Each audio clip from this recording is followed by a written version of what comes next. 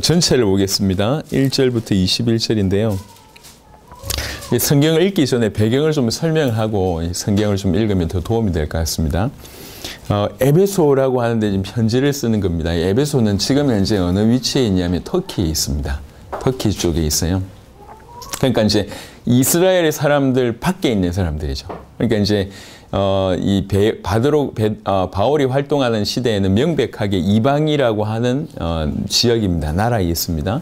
그러니까 그 이방인들에 있는 지역에 교회를 세우고 사도행전 19장에 보면 에베소에서 놀라운 일이 막 벌어지잖아요. 그러니까 아시아의 에베소를 통해서 두란노 서원, 그래서 이제 아시아 전체가 복음을 받는 이런 일들이 있었던 그 센터가 에베소입니다. 에베소에 이제 교회를 세우고 나서 교회가 이제 든든하게 커지고, 그 다음에 사도 바울은 복음을 전하다가 지금 이제 순교할 얼마 남지 않는 그런 시점에 감옥에 있으면서 쓴 편지예요. 감옥에 있으면서, 그러니까 옥중서신이라고 합니다. 감옥에 있으면서 그 놀라운 일이 일어났던 그 이방의 교회가 섰지만 아시아 전체에 영향을 끼쳤던, 그 심지어는 이 귀신 들린 사람들을 치유받고, 그 다음에 이 마술책들 모아가지고 불사르고 이런 놀라운 일들이 일어났던 바로 그 교회를 향해서 메시지를 전하는데, 그러다 보니까 대상의 깊이가 있잖아요. 이제 그냥 적당하게 신앙생활을 하는 사람들이 아니다 보니까 대상에 맞게끔 이 편지를 씁니다. 그러니까 이 에베소에 보면 내용이 굉장히 깊습니다. 에베소 1장 같은 데 보면 창세전부터 너희를 부르셨다.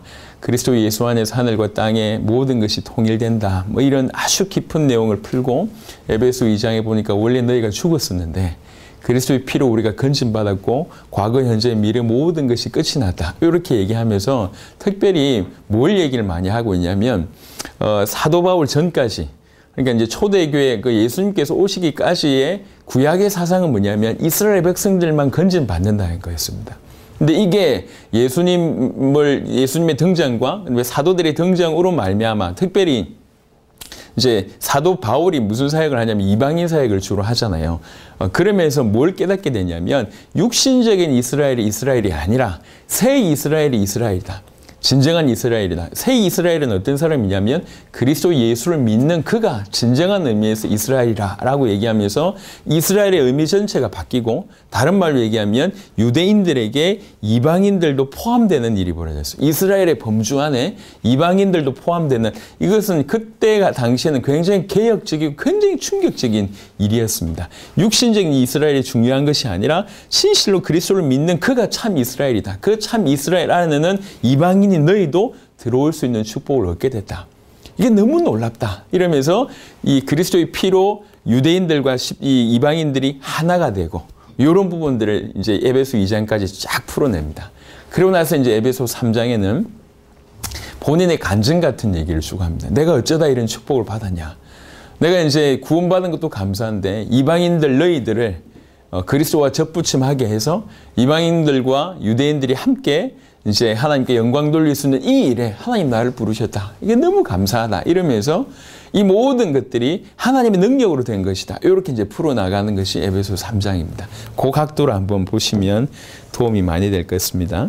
에베소 3장, 이러므로 그리스도 예수의 일로 너희 이방인을 위하여 갇힌 자 된 바울이 말하거니와, 지금 이제 감옥에 갇혀서 복음 때문에, 그것도 정확하게 얘기해서 이방인들도 구원받을 수 있다라고, 예수의 이름으로 이방인들도 구원받을 수 있다라고 하는 그 주장 때문에 유대인들에게 반발을 사서 그 결과로 지금 감옥에 있는 겁니다. 궁극적으로 너희 때문에 내가 감옥에 있다, 이렇게 얘기하는 거예요. 너희를 위하여 내게 주신 하나님의 그 은혜의 경륜을 너희가 들었을 터이라. 경륜이란 말이 어려운 말이지만 그냥 쉽게 얘기하면 경영, 이렇게 생각하시면 됩니다. 그 하나님께서 하나님 계획하시고 실천하셨던 그 모든, 우리를 건져내시기 위해서 행하셨던 모든 경영을 너희가 들었을 터이라. 곧 계시로 내게 비밀을 알게 하신 것은 내가 먼저 간단히 기록함과 같으니 그것을 읽으면 내가 그리스도의 비밀을 깨달은 것을 너희가 알 수 있으리라. 이제 그의 거룩한 사도들과 선지자들에게 성령으로 나타내신 것 같이 다른 세대에서는 사람의 아들들에게 알리지 아니하셨으니 이는 이방인들이 복음으로 말미암아 그리스도 예수 안에서 함께 상속자가 되고 함께 지체가 되고 함께 약속에 참여하는 자가 됨이라. 그리스도의 비밀이라고 한 것은 그리스도 자체의 비밀이기도 하고, 또 그리스도 예수 안에서 이방인들과 유대인들이 하나 되는 이런 비밀은 이전에는 없었던 것이라는 얘기죠. 창세전부터 감추어졌던 것이라는 거죠. 다른 세대에는 알려지지 않았고 지금 이제 드러났다. 지금 드러나서 이방인들 너희가 그리스도 안에서 우리 유대인들과 함께 후사가 되고 상속자가 되고 자녀가 되지 않았냐. 얼마나 놀라운 일이냐. 이 얘기하는 겁니다. 7절에 이 복음을 위하여, 이 놀라운 복음을 위하여 그의 능력이 역사하시는 대로 내게 주신 하나님의 은혜의 선물을 따라 내가 일꾼이 되었노라. 내가 일꾼이 된 것은 하나님의 능력으로 가능한 일이었다. 모든 성도 중에 지극히 작은 자보다 더 작은 나에게, 이거는 겸손의 표현이 아닙니다. 실제로 사도 바울은 예수 믿는 사람들을 죽이고 그 다음에 사도행전 8장 같은 데 보면 교회를 잔멸시켰던 인물이에요. 그러니까 한두 사람 죽인 게 아니라 교회 전체를 무너뜨리는 역할을 했던 인물이 바울입니다. 그러니까 죄송하지만 복음적인 측면에서 봤을 때는 정말 죽일 놈 중에 죽일 놈이에요. 그러니까 적어도 그때 당시에 로마 황제보다 더 심하게 교회를 핍박했던 인물이 바울일 수 있습니다. 그러니까 나는 하나님 앞에서 그리스도 예수 앞에서 정말 가치조차 없고 미물일 뿐만 아니라 정말 원수였는데 그 하나님이 나에게 은혜를 베푸셨다. 그것이 능력 아니냐. 그 능력으로 내가 건진받는 것이 너무 감사하다.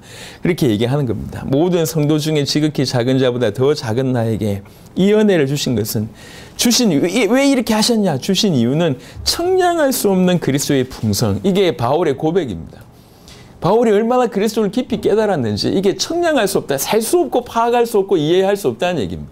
너무 이해할 수 없을 정도로 크다. 그리스도라고 하는 그분의 풍성함이 너무나 크다. 이 그리스도의 풍성함을 이방인에게 전하게 하시려고 하나님 나 같은 자를 선택하셨다. 능력으로.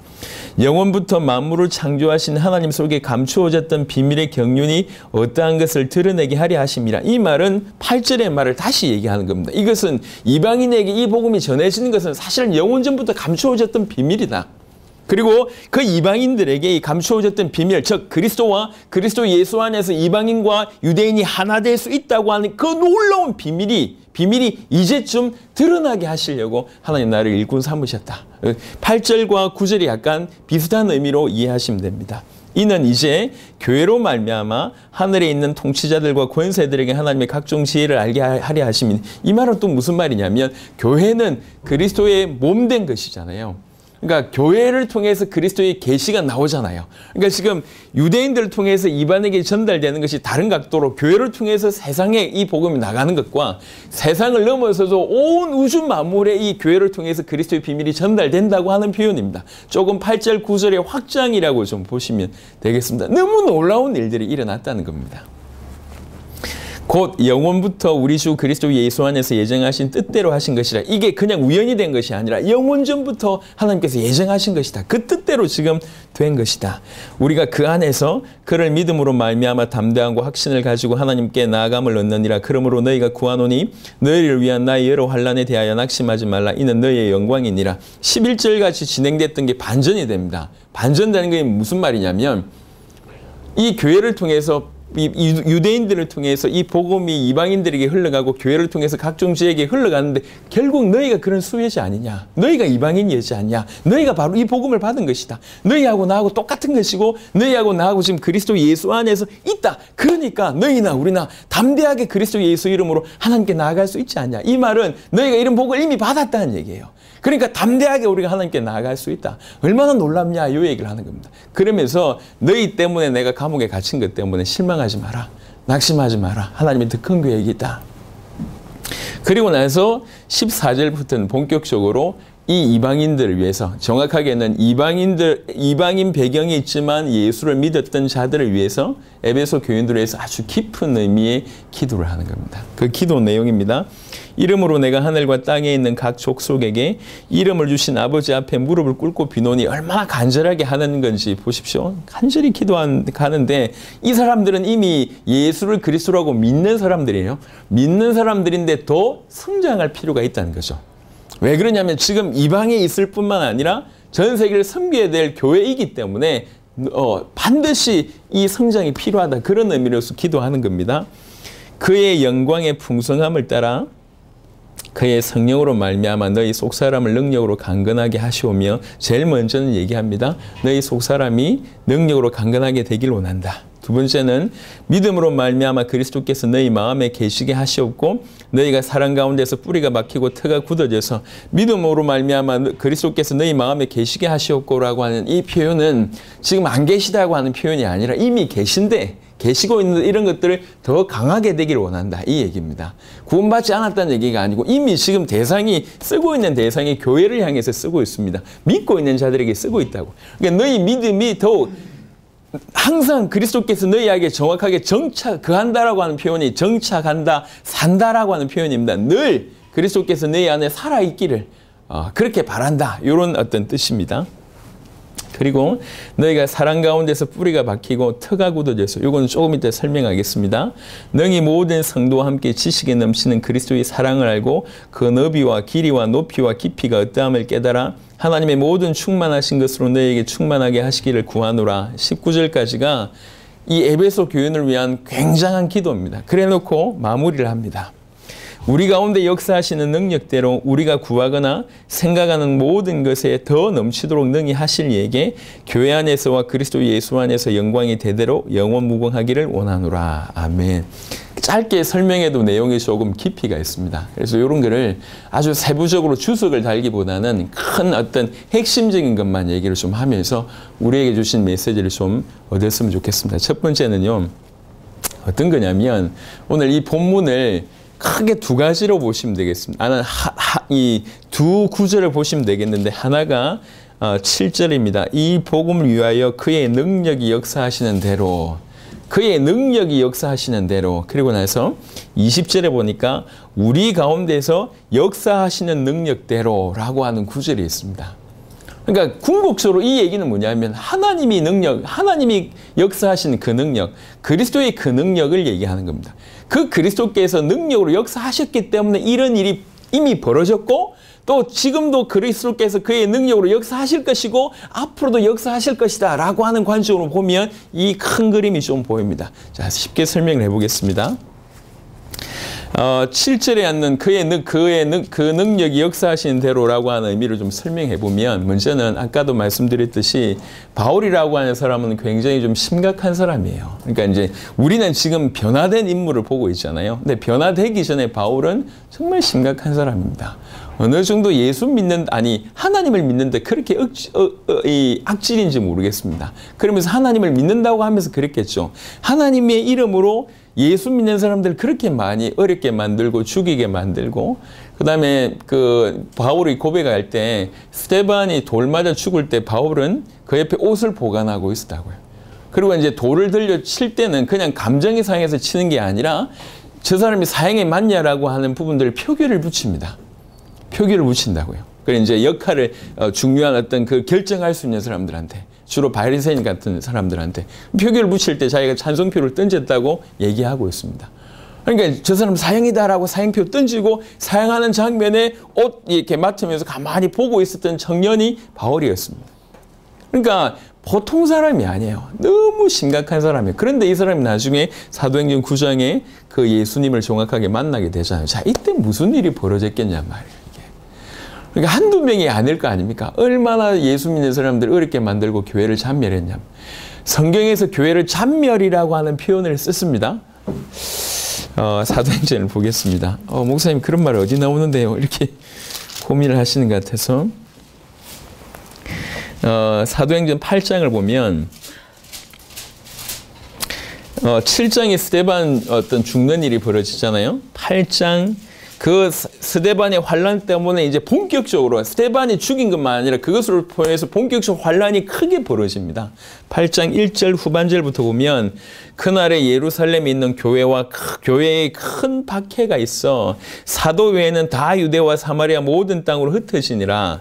경건한 사람들이 스데반을 장사하고 위하여 크게 울더라. 사울이 교회를 잔멸할세라고 구절이 있습니다.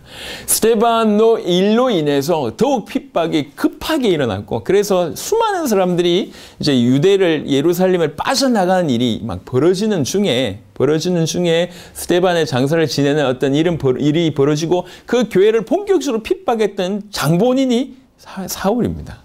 교회를 잔멸했다고 얘기합니다. 얼만큼 힘들게 했는지 몰라요. 그걸 바울이 알잖아요. 본인이 알잖아요. 근데 하나님이 이 사람을 찾아오셨다는 거죠. 그러니까 이 사람을 찾아오셔서 당신을 계시해 주셨다는 것 자체가 바울에게 이게 너무 충격인 거예요. 목숨이 100개 있어도 100번 죽어도 마땅한 나한테 예수님이 나를 찾아오셔서 당신을 계시해 주심으로 말미암아 바울이 그가 믿게 되는 일이 벌어졌습니다. 사실 그것만 해도 놀라운 일입니다. 너무 놀라운 일인데 이게 좀 더 나아가서 적어도 바울이 정확하게 이해했습니다. 바울이 이 얘기하기 전까지는 뭘 몰랐냐면 육신적인 이스라엘과 영적 이스라엘이라고 하는 것을 이해하지 못했습니다. 하나님이 바울에게 그것을 이해하게 만드신 거예요. 그리스도를 믿는 자가 참으로 진실한 이스라엘이다. 그것이 영적인 이스라엘이다. 그래서 구약의 육신의 이스라엘이 그리스도를 통과하면서 영적인 이스라엘로 대체되는 일이 벌어졌다라고 하는 것이 바울이 깨달아졌을 뿐만 아니라 그 사역을 일평생 하게 됩니다. 그래서 뭐라고 얘기하냐면 나는 이방인의 사도라고 얘기합니다. 왜 그러냐면 저 이방인들 중에도 이 예수를 믿어서 영적인 이스라엘이 될 사람들이 있다라고 하기 때문에 뛰었고 그 계시 적어도 수천 년 동안 이방인을 향해서 복음이 열려졌던 책은 거의 없습니다. 흔적은 남아있었지만 이렇게 공개적으로 이방인들도 구원받을 수 있다라고 하는 주장은 거의 없었습니다. 근데 수천 년 동안 감추어져 있던 계시가 사도 바울에게 알려지면서 마침 그 계시를 받은 사도 바울이 그 놀라운 영세전부터 감추어진 바로 그 일을 사도 바울이 하게 됐다는 거죠. 자, 보세요. 그런 핍박 중에 건진받은 것도 놀라운데 이것이 계시가 되어지고 그 계시가 되어져서 그런 삶을 살게 된 거예요. 이 모든 것들이 하나님의 은혜고 이 모든 하나님의 은혜는 그의 능력대로 나한테 주신 것이다. 그의 능력이 나에게 역사하셨기 때문에 내가 이럴 수 있었다라고 간증하는 겁니다. 그러니까 바울이 하나님의 능력이라고 얘기할 때 이건 시시한 얘기가 아닙니다. 내가 몸이 아픈데 병 낫는 이 정도 수준이 아니고 내가 좀 이렇게 어려웠는데 갑자기 돈이 좀 생기고 그런 수준이 아닌 거예요. 이게 영세 전부터 전 세계를 움직이는 그 놀라운 능력으로 그 능력이 자기에게 집중돼서 모자란 자기 인생을 건져내고 그것도 너무 감사한데 그 놀라운 것들을 깨닫게 하시고 그런 삶을 살게 하신 이거 그냥 자기 인생이 좀 변화됐어요. 내가 예수 믿기 전과 예수 믿은 이후에 이렇게 바뀌었습니다. 이 정도가 아니라 그 모든 것 배경 하에 있는 하나님의 능력이라고 한 그 엄청난 큰 스케일을 발견하게 된 겁니다. 이게 그냥 내가 예수 믿다가 건진받아가지고 구원받은 이게 아니구나. 하나님 능력이 얼마나 크면 그 만 지옥 밑바닥에 있는 나를 건져낼 만큼 크고 그 놀라운 창세전부터 감추어진 것을 계시받을 수 있을 만큼 그 능력이 크고 그걸 넘어서서 이것이 맞다고 해서 인생을 들여서 저 수많은 이방인들로 하여금 창세전부터 감추었던 그 계획 그것을 실행할 수 있도록 나에게 은혜를 주셔가지고 그 수많은 이방인들이 당신을 통해서 바울을 통해서 구원받게 되는 새 이스라엘이 되는 그런 것들을 발견하게 될 때 이건 뭐 놀라운 일이다 큰 일이다 내가 대단한 일을 했다 이 얘기가 아니고 그 모든 인생의 배경에 있는 하나님의 은혜와 하나님의 역사라고 하는 것이 그냥 훅 들어온 거예요. 이게 얼마나 큰지를 알게 됐어요. 참 큰 은혜구나. 사실 우리도 그렇잖아요. 우리 같은 수준 낮은 인생들이 정말 예수가 그리스도라고 하는 것이 믿어지고 그 다음에 감히 이 계시라고 하는 것들이 좀 이해가 되기 시작했어요. 복음이 뭐며 이 복음으로 우리 주님 다시 오실 것을 준비할 수 있는 삶이 그게 믿어졌다고 정확하게 보여진 거죠. 보여졌고 보여진 것만 해도 감사한데 뭐가 갖춰진 조건이 하나도 없는 우리로 말미암아 전 세계 살리고자 하는 어떤 그런 마음을 주셨고 뛰다 보니까 그런 일이 지금 벌어졌다니까. 지금 80개 나라의 문이 열렸고 이번에도 보니까 이번 주간에 당장 우리가 카리브 사역을 도와야 되고 그 다음에 꿈부레까지 해야 되는 이런 일들은 사실은 남들은 꿈도 못 꾸는 일입니다. 혹시 세계복음만 해야 되겠다는 마음을 먹었어도 할 수 없는 일이에요. 근데 마침 바울에게 주신 은혜처럼 지금 우리에게 그런 은혜가 주어졌다는 거죠. 이 모든 것들이 하나님의 능력으로 그리스도는 하나님의 능력이요. 그 하나님의 능력으로 이루어졌다라고 바울이 깨달은 거예요. 너무 놀라운 능력이 우리한테 적어도 나한테 임했구나. 그 능력으로 이런 일이 벌어졌구나. 근데 중요한 것은 이 하나님의 능력이 자기를 여기까지만이 아니란 거죠. 그 능력으로 내가 이렇게 됐다. 이게 지금 중요한 게 아니라 그 능력으로 계속 역사하실 것이라는 거죠. 나에게 역사하셨던 것처럼 니네들에게도 역사하실 것이다라고 하는 얘기를 이제 그 후부터 쭉 풀어내고 있습니다. 이방인들에 대한 얘기를 해보겠습니다. 이는 이방인들이 복음으로 말미암아 그리스도 예수 안에서 함께 상속자가 되고 함께 지체가 되고 함께 약속에 참여하는 자가 됩니다. 이것은 마무리가 아니라 계속 지속되는 얘기죠. 무슨 얘기냐? 바울에게 이 능력대로 역사하신 그분이 마침내 약속하신 대로 이 이방인들이 전체 건진받을 때까지 일하실 거라는 거죠. 그 능력이 8절에 보겠습니다.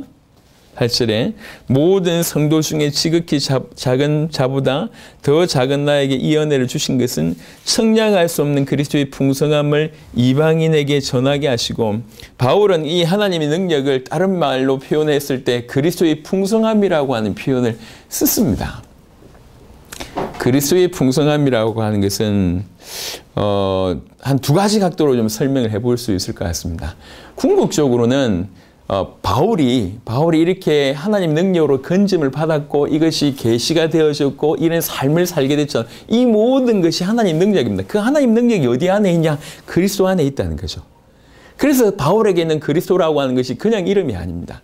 그래서 이 그리스도의 풍성함이라고 얘기할 때 바울에게는 적어도 두 가지 각도라고 설명할 수 있는데, 하나는 뭐냐면 그리스도의 풍성함이에요. 그 말은 무슨 말이냐면 그리스도를 통해서 나와지는 풍성함이라고 설명할 수 있습니다. 이거는 다른 어떤 것보다 구원의 관계를 했습니다. 즉 그리스도가 구원의 어떤 수요자이면서 소유주다.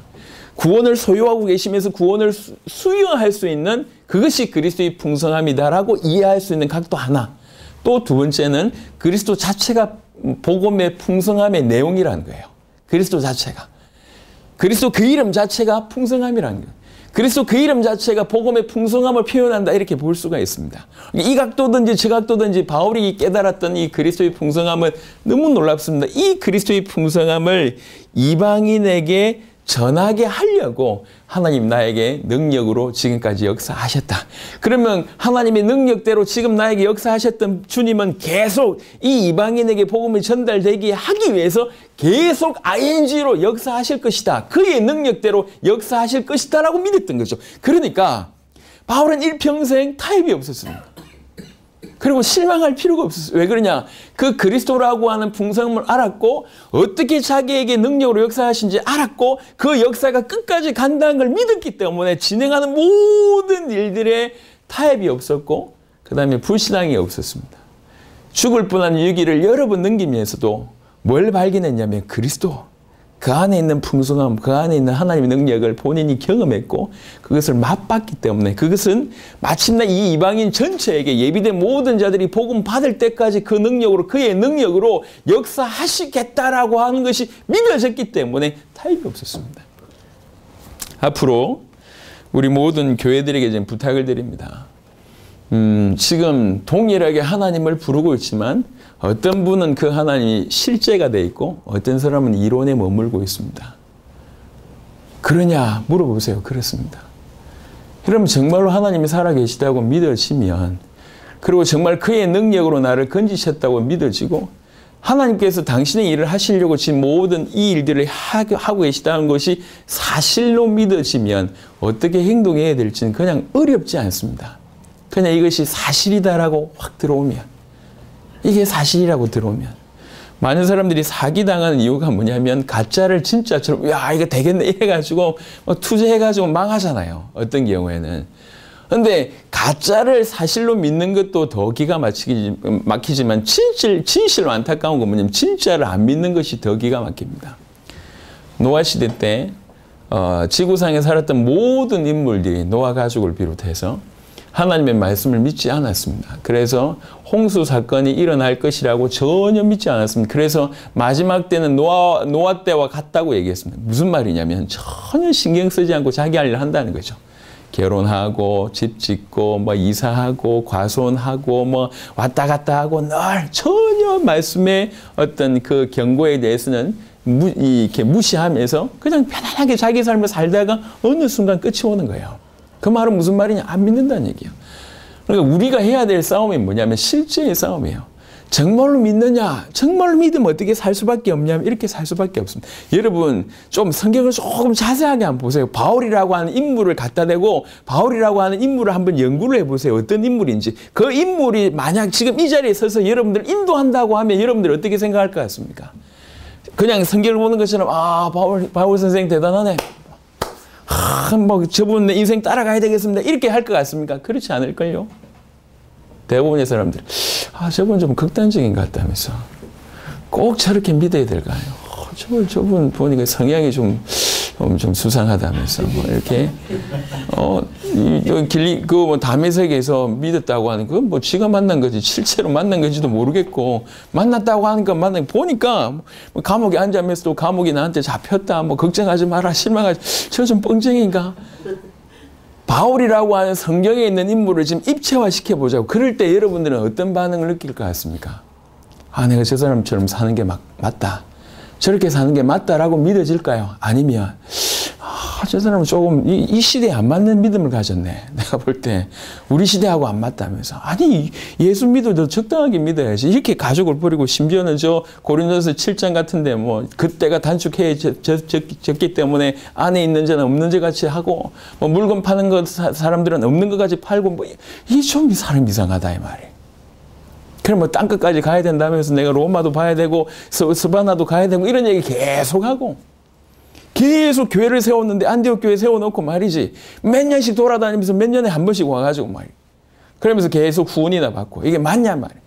오늘날 바울이라고 하는 사람을 입체적으로 세워놓고 만약에 여러분의 교회의 단임 목사라고 만약 섬긴다고 할 때 여러분은 어떻게 반응을 보일 것 같습니까? 결국 이 차이예요. 정말 믿으면 정말 믿는다고 하면 이렇게 산다는 거예요. 중요한 건 믿는다고 얘기하면서 우리가 자주 착각하고 있는 것이 그것이 사실이 안 될 경우들이 많습니다. 여러분 하나님 살아계십니다. 하나님 살아계셔서 우리의 모든 것을 보시고 아시고 계십니다. 우리가 무슨 생각하는지 어떻게 행동하는지 다 알고 계시다니까. 다 알고 계세요. 여러분이 인생을 CCTV로 늘 찍는다고 하면 어떨 거라고 생각하십니까? 그렇다니까. 다 알고 계신 하나님 앞에서 우리는 너무 부끄러운 거지. 왜 그러냐? 그분을 믿지 않기 때문에 나한테 나오는 그런 당연한 반응. 잔머리 굴리고, 뭐 계산기 두들겨 앉아있고, 이렇게 도망갈까? 뭐 뒤로 숨을까? 뭐 이렇게, 이 교회 좀 너무 오버하는 것 같다, 이 교회. 뭐 보니까 뭐 목사님 사례도 뭐 그런데 계속. 지금 카리브해 사회 가니까 댓글이 안 올라오잖아. 어느 정도 뭐 이렇게 뭐 든다 그러니까 댓글이 없어요. 뭐 무슨 말인지 알겠습니다. 그래서 제가 얘기합니다. 이번부터 꿈부레까지 얼마 필요하다고만 올리시고 얼마 부족하다는 얘기는 올리지 마세요. 얼마 부족하다 하니까 자꾸 부담되시는 것 같은데 여러분 믿음대로 한번 해봅시다. 얼마 필요하다 그것만 계속 공지합시다. 그래 과연 하나님께서 어떻게 역사하시는지 한번 보자고요. 앞으로 당세복이라고 하는 것을 우리가 끝낸다고 하는 마음으로 뛸 때 우리 머리 가지고 되는 게 아니에요. 계산해가지고 되는 게 아니에요. 하나님은 돈이 없는 분이 아니세요. 하나님은 그렇게 무능한 분이 아니십니다. 하나님 뭘 원하시겠습니까? 하나님이 원하시는 건 우리예요. 우리가 그분과 동행하는 자가 되길 원합니다. 우리가 정말로 믿어서 하나님이 우리를 통해서 일하시길 원하는 그거밖에 없어요. 모든 게 준비되어 있습니다. 뭐만 기다리고 있냐? 우리가 준비되길 기다리고 있다고. 우리 모든 성도들이 정말 하나님이 믿어지고 하나님 나를 정말 극악한 죄인 같은 나를 건지셨다고 하는 것이 믿어지고 너무 놀라운 이 계시, 그리스도의 계시, 세계복음화, 주님의 재림이라고 하는 계시가 믿어져서 그런 인생을 살 수 있는 이 삶 자체가 너무 놀라운 큰 능력이라는 거죠. 나에게 이 능력으로 역사하셨던 그 주님이 끝까지 이 이방인에게 복음이 끝까지 전달될 그날까지 능력으로 역사하시겠다고 하는 것이 정말로 믿어져서 내 몸을 거기에 던지는 거예요. 지금 사도 바울은 그 얘기를 하고 있는 겁니다. 우리 믿음이 그렇게 되기를 원하는 거예요. 우리 믿음이 지금 1이라고 얘기할 때 필요한 믿음은 만이고 10만이고 1000만입니다. 우리 당세부 끝낸다고 얘기할 때 저기까지 가야 되잖아요. 우리는 이제 막 1단계 했다고. 그러니까 제발 행사를 생각하지 마세요. 누군가를 통해서 어떻게 되겠지? 될 겁니다. 근데 여러분은요. 소수의 어떤 헌신을 통해서 행사 틀림없이 치룰 수 있습니다. 하지만 행사 치른 게 중요한 게 아니잖아요. 내가 그때 그 자리에 있었다면서. 내가 왕년에 말이야 목사님하고 초창기부터 해가지고 내가 말이야 꿈부랬대 이것도 하고 저것도 하고 내가 그때 고기 굽고 내가 그때 그 자리에 있었다고. 그게 뭐가 중요합니까? 뭐가 중요하냐면 그래. 그러면서 머리 살살 굴려가지고 그 중요한 부분이 믿음 들이지 못하고 내가 그때 그 자리에서 봤다. 받는 게 뭐가 중요해요? 하나님께서 우리 인생을 통해서 우리를 크게 쓰시려고 우리 믿음을 원하신단 말이에요. 우리 믿음을. 사도 바울이 바로 이런 얘기를 하고 있습니다. 우리에게 능력으로 역사하신 게 얼마나 크냐? 내 지극히 작았던 도무지 말로 설명할 수 없는 사실은 십자가를 못 박았던 그 장본인 같은 나에게 하나님이 직접 찾아오셔서 나를 믿게 하시고 그것도 감사한데 이 놀라운 영세전부터 감추어졌던 이방인이 복음을 믿어서 구원받을 수 있다고 하는 새 이스라엘이 될 수 있다고 이 놀라운 계시를 허락하시고 그것도 감사한데 그 일을 내가 직접 맡아서 그 일을 할 수 있게 된 이 너무 큰 은혜 아니냐? 하나님의 능력으로 이렇게 된 것이 아니냐? 근데 그 하나님의 능력이 나에게서만 멈춰진 것이냐? 아니다. 그 하나님의 능력이 너에게도 임한 것이다. 그 하나님의 능력이 앞으로 모든 이방인이 복음 받을 때까지 가게 될 것이라는 거지. 이 하나님의 놀라운 능력이. 그 능력을 저와 여러분들이 받은 거 아니냐? 이 얘기를 하고 있습니다. 그래서 이 능력을 받은 저와 여러분들에게 능력을 받은 여러분들에게 믿음이 필요하다라고 얘기하면서 기도하는 거예요. 그게 14절부터의 기도의 내용입니다. 우리가 지금 필요한 부분이죠. 우리가.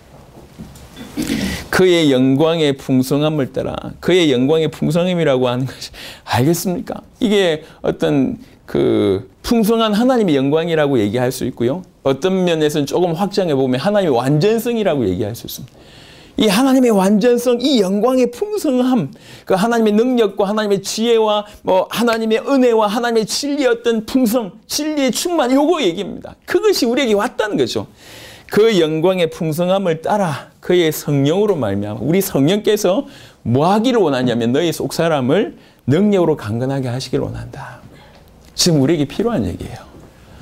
우리에게 필요한 얘기입니다. 이 속사람은 바울의 어떤 아주 예리한 표현입니다. 겉사람하고 다르게 표현합니다. 이 겉사람은 부패한 본성을 얘기한다고 하면 이 속사람은 그래도 하나님의 뜻을 따라 살려고 하는 도덕적인 자라고 표현할 수 있습니다. 어쨌든지 거듭내서 주님 앞을 섬기고자 하는 이런 속사람이라고 얘기할 수 있습니다. 이 속사람이 강건해져야 된다는 거죠.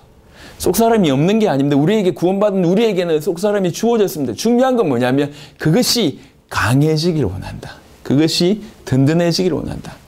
아니, 주님을 따라 살려고 하는 마음이 다 있잖아요. 다 있는데 뭐 육신이 이렇게 있어서 마음은 원이로되 육신은 항상 약하고 늘 그 얘기 하잖아요.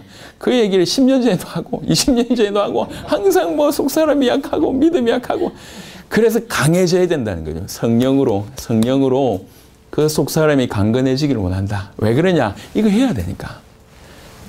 이 이방인에게 복음 전해져서 주님이 다시 오시는 그 놀라운 일들을 해야 되니까 나에게 역사하셨던 것처럼 너에게도 역사할 건데 너에게 역사가 이렇게 나타날 것이다. 이렇게 나타났으면 좋겠다. 이 얘기입니다. 그 하나님의 능력대로 하나님께서 역사하실 것이다. 그래서 강건하기를 원한다. 너희 속사람이. 두 번째는 믿음으로 말미암아 그리스도께서 너희 마음에 계시게 하셨고 이 말은 너희 마음에 안 계시다는 얘기가 아니라 항상 주인의 역할, 항상 믿음으로 그분이 너희 가운데 살게 되기를 원한다. 정착하게 되기를 원한다. 그런 얘기예요. 항상 믿음으로. 그리고 그 다음에 사랑 가운데서 뿌리가 박히고 터가 굳어져서 사랑이라고 하는 단어가 나왔습니다. 이 사랑은 지난주에도 얘기했지만 이게 그리스도께서 계시기 때문에 나와지는 결과입니다. 그러니까 정확하게 얘기는 믿기 때문에 나와지는 결과라고 얘기할 수 있습니다. 그리스도께서 우리 안에 계실 때 그분의 특징이 그분의 사랑이십니다. 그분이 우리 안에 내주하고 계시다고 하는 증거로 나와지는 것이 이 사랑이고 이 사랑이 토양이 되어져서 무슨 일이 벌어지냐면 뿌리를 내리고 터가 굳어지는 일이 벌어진다는 거죠. 이게. 그래서 믿음과 사랑이 같이 중요한 겁니다. 이제 지난주에도 얘기했지만 왜 이렇게 우리가 구원받았는지는 알겠는데도 불구하고 이렇게 사랑함에 있어서는 이렇게 더딘가라고 물어볼 때 사랑해야지 하는데 쳐다보면 사랑이 안 되시고 이런 것들이 우리 수준인 거예요. 왜 그러냐면 이게 믿음으로 말미암아 내주의 결과 항상 그분이 내 안에 계실 때 나와지는 어떤 그런 결과물이라고 한다고 할 때 아직 결과물이 적다는 거지.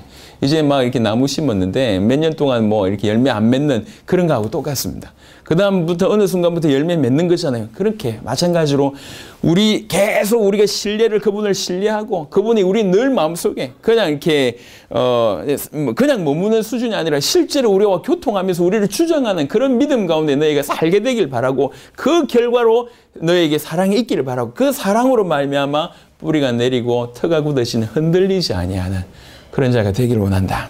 그리고 능히 모든 성도와 함께 지식에 넘치는 그리스도의 사랑을 알고라고 하는 표현이 있습니다. 그리스도의 사랑이라고 하는 것은 머리로 알 수 없다는 얘기죠. 지식에 넘치는 그리스도의 사랑. 지식으로 그리스도의 사랑을 알 수가 없어요. 이 그리스도의 사랑, 우리를 위해서 당신의 목숨을 들이신 이 사랑을 합리적 연구로 알 수 있는 게 아니에요. 이건 어떻게 알 수 있냐면 하나님의 은혜로 알 수 있고 그분의 말씀을 철저하게 순종하고 그분을 따라갈 때 이 그리스도의 사랑을 조금씩 알아갈 수 있는데 이것을 성도와 함께 하라는 거죠. 교회를 통해서. 요 얘기예요. 요 얘기. 모든 성도와 함께 지식에 넘치는 그 그리스도의 사랑을 알아가라. 이 놀라운 그리스도의 사랑을 머리를 지식이 아니라 머리를 넘어서는 이 놀라운 그리스도의 사랑. 이거는 우리 힘으로 되는 게 아니에요. 하나님 은혜 주셔야 돼요.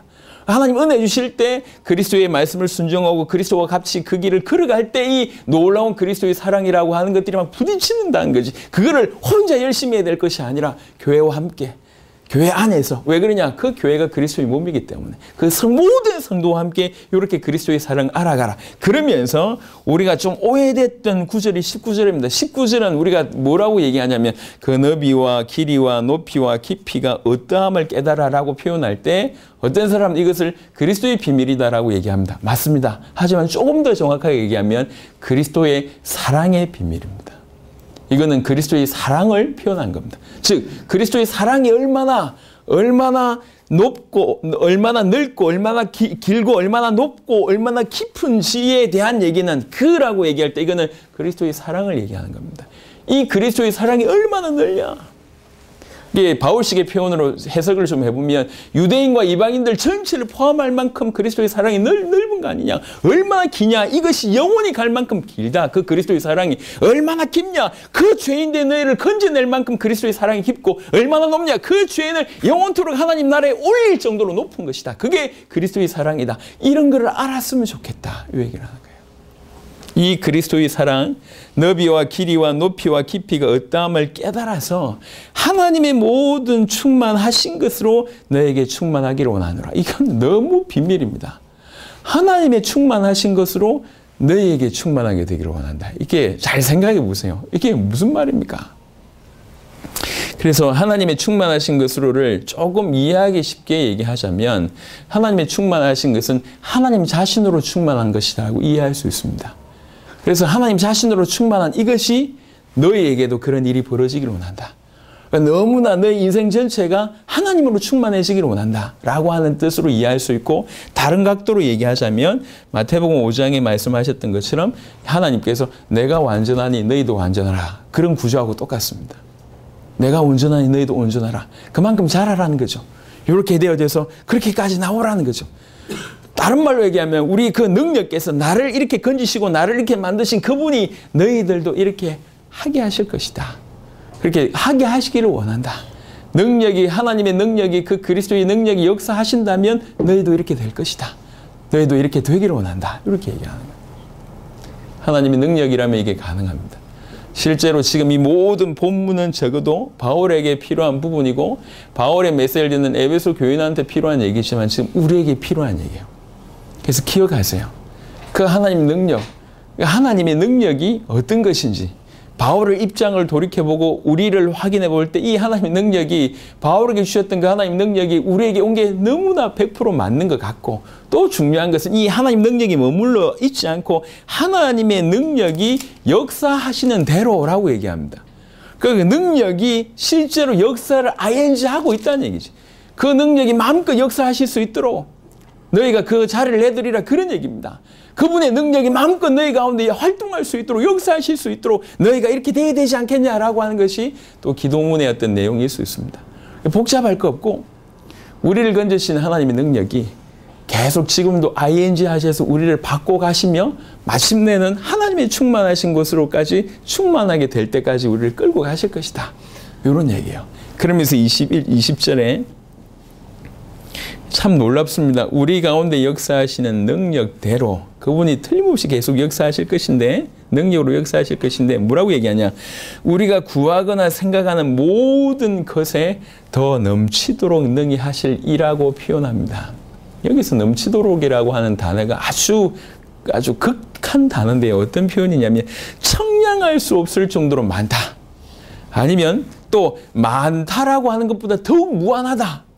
또 무한하게 많다. 이런 뜻이에요. 이 넘치도록이라고 하는 얘기가 청량할 수 없을 정도로 많다. 무한하도록 많다. 많다라고 하는 표현이 설명 안 될 정도로 더욱 무한한 것이다. 이런 의미가 넘치도록이라고 하는 얘기입니다. 우리 주님이 우리에게 능력으로 역사하신다고 하면 우리가 지금 생각하거나 우리가 꿈꾸거나 뭐가 우리가 구하는 거하고 수준이 다를 거 아니냔 말이지. 안 그렇습니까? 안 그래요. 제가 우리나라의 뭐 최고의 부자라고 얘기할 때 우리 6살짜리 저 막내가 뭘 구하겠냔 말이에요. 오늘도 아빠 뭐 이렇게 빨아먹는 사탕 뭐 이런 거 요구하더라고. 뭐 얼마든지 제가 100만 개도 사줄 수 있지.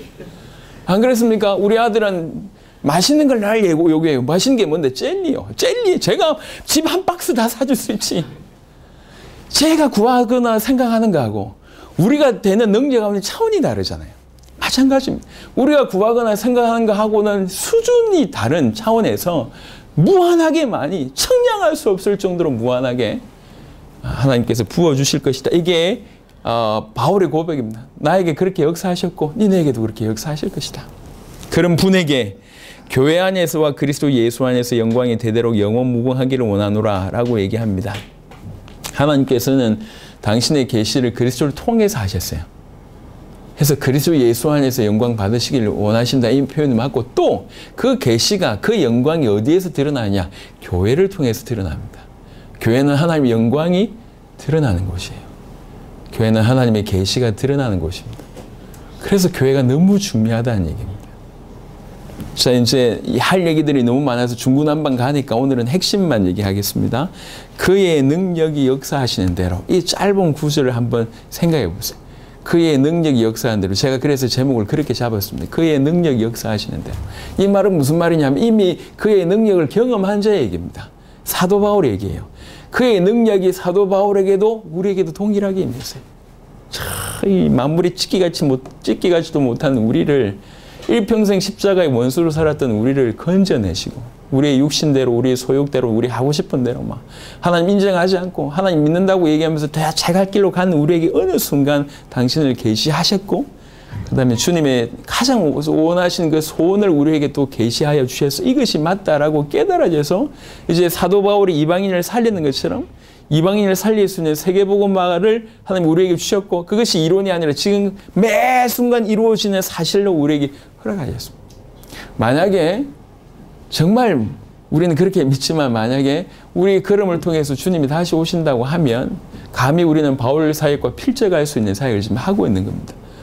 바울이 부름받았던 거와 다름없는 그런 부름이 지금 우리한테 일어난 거예요. 그에게 역사하셨던 그의 그 그리스도의 능력이 지금 우리에게도 역사하신다는 거예요. 역사하셨다는 얘기예요. 엄밀하게 얘기하면. 이 역사를 바울은 정확하게 아주 냉정하게 알았습니다. 이게 뭔지. 내가 잘나서 이렇게 된 게 아니라는 걸 너무나 정확하게 알았습니다.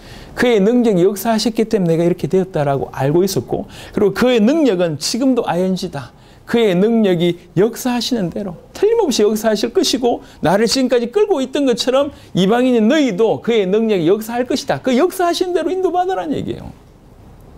그의 능력이 역사하신다고 하면 틀림없이 너희를 변화시킬 것이고 저 이방인에게도 세계복음화가 이루어지는 대로 끌고 가실 것이다. 그러는 중에 하나님 너희에게 더욱 속사람의 능력으로 강건하게 하실 것이고 그의 능력으로 그리고 그의 능력으로 더욱 믿음 가운데 하나님이 너희 가운데 계시게 하실 것이고 그의 능력으로 더욱 너희가 사랑을 알고 사랑 안에서 뿌리가 내리게 하실 것이고 그리고 또 그의 능력으로 그 그리스도의 사랑을 얼마나 큰지 알게 하실 것이다. 그렇게 하실 것이다. 그래서 나와 너희, 유대인과 이방인, 나와 너희가 다 같이 이 복음 안에서 그의 능력의 역사하신 대로 계속 인도를 받는 것이다. 그런 중에 혹시 우리가 필요한 부분들 생각하거나 구한다고 할 때 하나님은 우리 생각하고 구하는 그 모든 것 이상으로 그의 능력으로 넘치도록 우리에게 부으실 것이다. 그의 능력이 지금 우리에게 임했고 그의 능력대로 주께서는 역사하시고 앞으로도 우리 주님이 다시 오실 때까지 그의 능력으로 역사하실 것입니다. 그래서 이 그의 능력, 그리스도가 하나님의 능력이라고 하는 이 사실을 진실로 믿는, 신뢰하는 저와 여러분 되었으면 좋겠습니다. 우리는 적어도 우리가 어떤 상태에서 건진받았는지 양심으로는 압니다. 그리고 지금 우리가 아주 사실로 믿어지지 않아서 좀 힘들어하고 방황할 수 있을지 모르겠지만 적어도 지금 현재 여러분의 눈으로 이 보는 것은 분명히 제가 100% 얘기합니다. 이건 하나님의 역사가 맞습니다. 이거는 어떤 뭐 줄을 잘 섰거나 아니면 뭐 때를 잘 만났거나 아니면 뭐 이 앞에서 제가 좀 잘했거나 해서 되는 게 아니에요. 이건 그렇게 된 게 아닙니다. 여러분이 눈에 보고 있는 카리브의 문이 열리고 중남미 문이 열리고 아프리카의 문이 열리고 뭐 세계 여러 나라 문이 열리는, 그리고 매주마다 매일 여러 가지 보고 올라오는 이 모든 것은 하나님이 해가시고 있는 역사가 맞습니다. 하나님 역사가 맞습니다. 우리는 하나님 능력대로 건진받았고 우리 눈앞에는 하나님 역사가 있습니다. 뭐 하면 되겠습니까? 그 하나님 능력이 역사하는 대로 인도받는 믿는 자가 되어야 된다. 하나님 능력을 발견하는 여러분 되시길 바라고, 그 능력이 역사하신 대로 인도받는 저와 여러분 되시길 바라고, 그 인도가 명확합니다. 이렇게 나와 있습니다. 이 기도문의 형태로 나와 있습니다. 이런 삶을 살게 되기를 바랍니다. 그래서 정말 저와 여러분들 입속에서 이 그리스도의 풍성, 그 영광의 풍성함이란 것들이 늘 좀 깨달아지고 그것이 사실화되어서 매 순간 믿음 드리는 여러분 되시길 바랍니다. 그래서 부탁을 드립니다. 우리가 할 수 있는 일을 넘어서는 일들이 앞으로 계속 벌어질 겁니다. 하나님은 여러분에게 모든 것을 빼앗으려고 여러분들에게 지금 찾아오신 게 아니에요. 여러분의 손에 있고 주머니에 있는 모든 걸 어쨌든지 갈취하시는 그런 하나님의 계획이 아닙니다. 그게 아니에요. 하나님은 우리에게 더 집중하고 계십니다. 하나님 우리를 사용하고 싶으신 거예요. 그래서 하나님과 독대하시고 하나님을 묵상하시고 하나님 앞에서 이 모든 것들이 능력으로 역사하신 것들과 지금 영역으로 역사하시고 계신 모든 것들이 정말로 믿어지는 그것이 실제가 되는 은혜가 있게 되길 바라고, 그래서 믿음으로 믿음에 이르는 저와 여러분들이 다 되었으면 좋겠습니다. 그래서 믿음으로 여러분 하실 수 있을 만큼 하나님의 역사에 동참하시고 능력이 역사하신 대로, 그의 능력이 역사하신 대로 여러분 저와 여러분 자신을 내어드리는 일이 있었으면 좋겠습니다. 주일날은 이렇게 표현, 이 성경을 통해서 좀 이렇게 얘기하는 부분들이 쉽지는 않은데 또 포항교회 와서 또 이렇게 메시지를 어떤 의미에서 좀 깊이 있게 전달할 수 있게 되어서 너무 감사하고, 하나님의 큰 은혜가 우리 모든 성도들 가운데 있기를 그리스도 예수 이름으로 축원합니다. 하나님 감사합니다.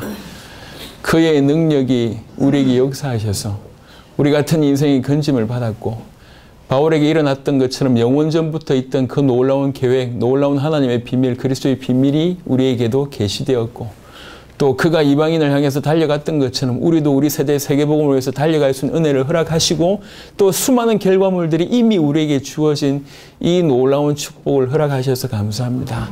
이것이 하나님의 능력이고, 이 하나님의 능력은 멈추지 않고 당신의 계획을 이루는 끝까지 달려갈 줄로 믿습니다. 그래서 그 하나님의 능력을 신뢰하고 그의 능력이 역사하는 대로 같이 인도받을 수 있는 지혜 있는 자가 되게 하여 주옵시며, 더욱 우리를 준비하고 믿음을 준비하는 든든한 주의 종들이, 주의 백성들이 다 될 수 있도록 역사하여 주옵소서. 그의 능력이 우리가 생각하거나 구하는 그 어떤 것들보다 넘치도록 하실 것이라고 하는 이 믿음 하에 모든 것을 믿음으로 도전하는 귀중한 주의 백성들이 다 되게 하시되 포항교회가 되도록 축복하여 주옵소서. 감사를 드렸고 우리 주 예수 그리스도 이름으로 기도드렸습니다. 아멘.